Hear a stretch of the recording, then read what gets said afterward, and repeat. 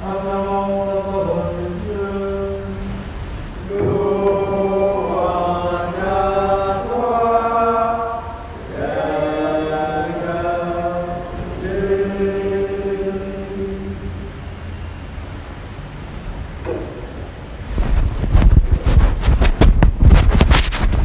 Chers frères et sœurs, nous voici face à ce que l'Église appelle la liturgie de la messe.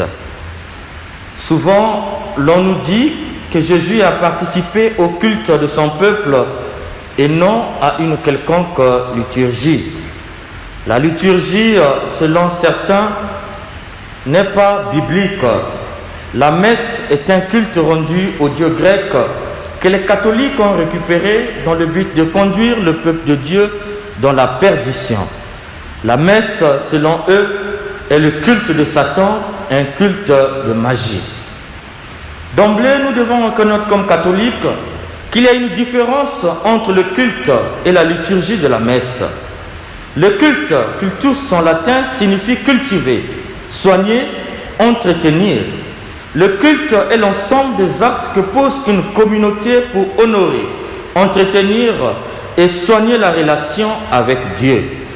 Autrement dit, l'ensemble des actes qu'une communauté pose pour plaire à Dieu. Par contre, la liturgie de la messe est une rencontre de Dieu et son peuple pour la célébration de l'alliance.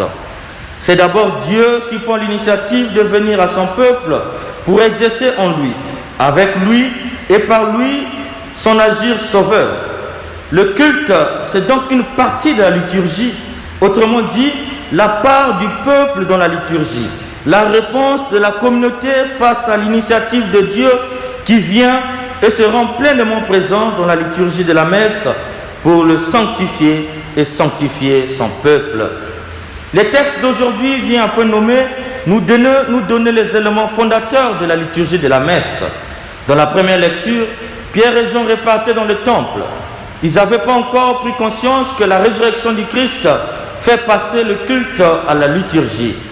Ce n'est plus seulement le peuple qui pose des actes pour soigner sa relation avec Dieu, mais Dieu le premier pose des actes pour soigner sa relation avec son peuple. Dans l'évangile, nous voyons bien cela avec les disciples d'Emmaüs. Jésus qui commence par expliquer les Écritures, ensuite le repas.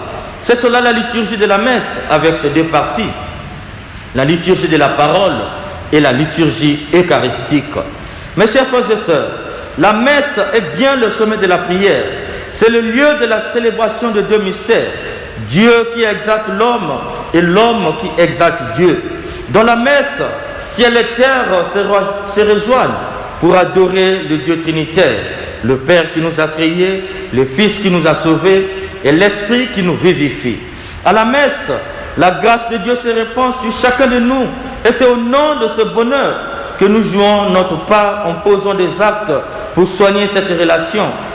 Ce qu'on appelle le culte, la part de l'homme dans la liturgie. Car à la messe, nous avons le privilège de toucher Dieu sans intermédiaire et de le voir comme il se donne à nous.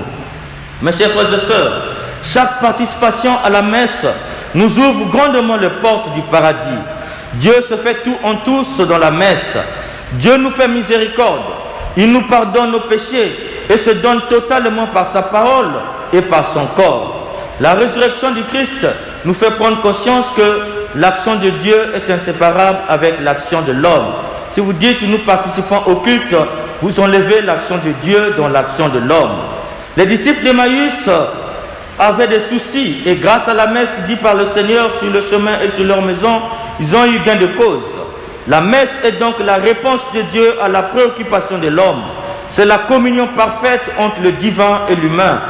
Aucun charisme, aucun culte fistile par un puissant pasteur, aucune vertu, aucune force spirituelle ne peut remplacer la messe, car la messe fait de chaque participant un sacrement du Christ, un prolongement de la parole et du corps du Christ dans le monde.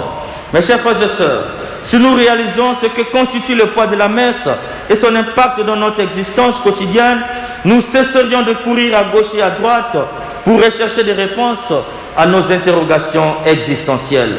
Ne soyons pas des voitures qui roulent sans carburant à cause des critiques des ignorants, car mener une vie sans la messe, c'est comme une voiture qui roule sans carburant. Les conséquences, chacun peut en tirer.